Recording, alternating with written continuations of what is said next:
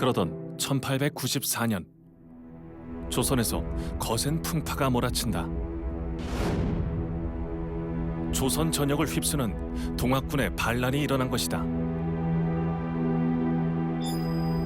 일본을 시작으로 서양 열강의 문호를 개방한 조선은 혼란의 시기를 겪고 있었다.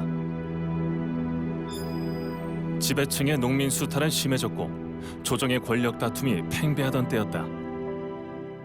다른 열강, 강대국들로부터 원조를 받아서 그것을 자신의 권력으로 활용을 하려는 그러한 경향이 나타나고, 또 주변의 열강들도 그러한 국내의 권력 다툼을 이용해서 자신들의 이권을 더 추구하려는 그러한 동인이 강하게 나타나게 되는 것이죠. 정부가 개혁을 같이 해서 서양을 받아들였으면 어떤 면에서 보면 여러 가지 그 같이 동방 성장할 수 있는 계기가 됐었지만, 문호는 열어놨지만 내부적으로 아무 개혁도 하지 않은 옛날 상태 그대로 봉건적인 상태로 정부를 끌고 가려고 했던, 자기 자신들만 호의호식하려고 했던 그런 측면들에 대한 부가 일반 농민들 전체로 다 전가되는 과정 속에서 사실은 이 청일전쟁 전야가 존재하고 있었다라고 볼 수 있는 거죠.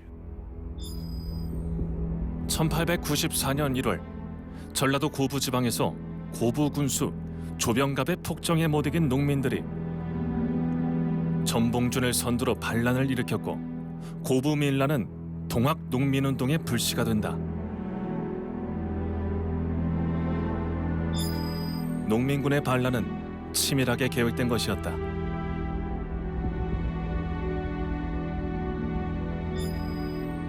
전봉준이 이끄는 동학군은 황토현에서 관군과 싸워 대승을 거두고 정읍, 고창, 영광 등을 차례로 차지했다. 이후 농민들은 북쪽으로 계속 진격해 전라도의 중심지인 전주성을 점령했다. 전주는 전주 이씨 왕실의 성지였다. 전주가 함락되었다는 보고를 받은 조선 정부는 스스로 해결할 수 없다고 판단하고 청나라에 도움을 요청한다. 민중의 혁명을 진압해달라고 외세에 부탁한 것이다.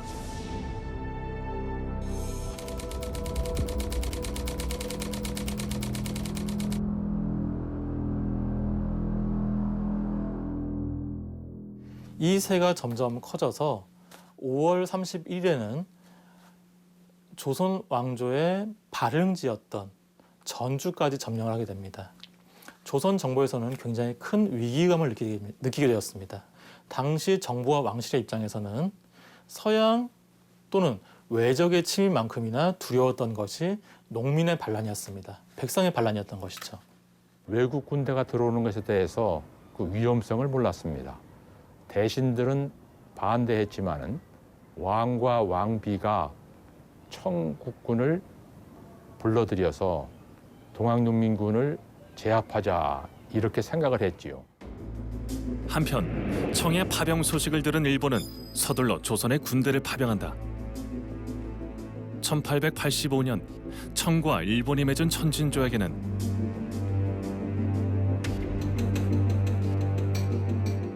두 나라 중 어느 한쪽이 조선에 파병할 경우 연락을 취해야 한다는 조항이 있었다.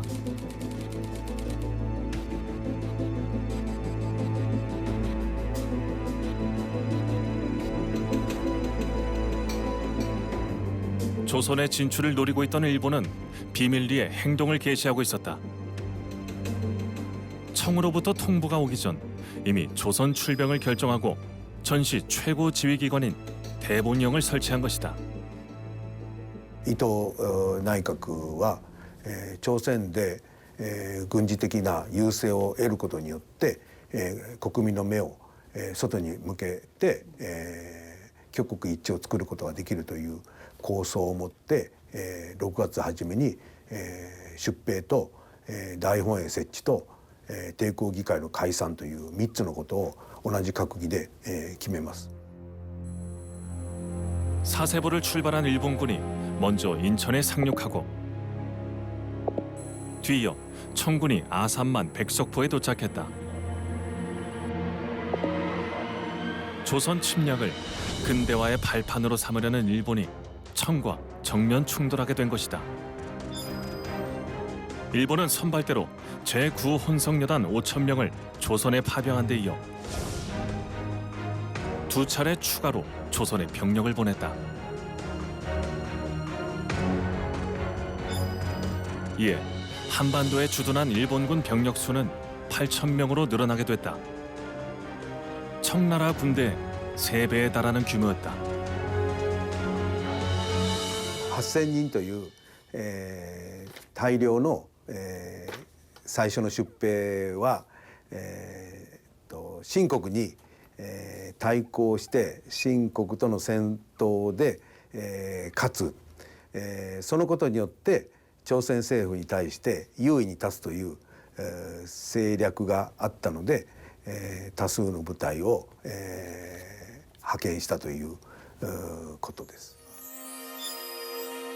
청군과 일본군이 한반도 중심부에 진을 치자 동학군은 외세에 빌미를 주지 않기 위해 6월 11일 종부와 전주 화약을 맺고 해산했다.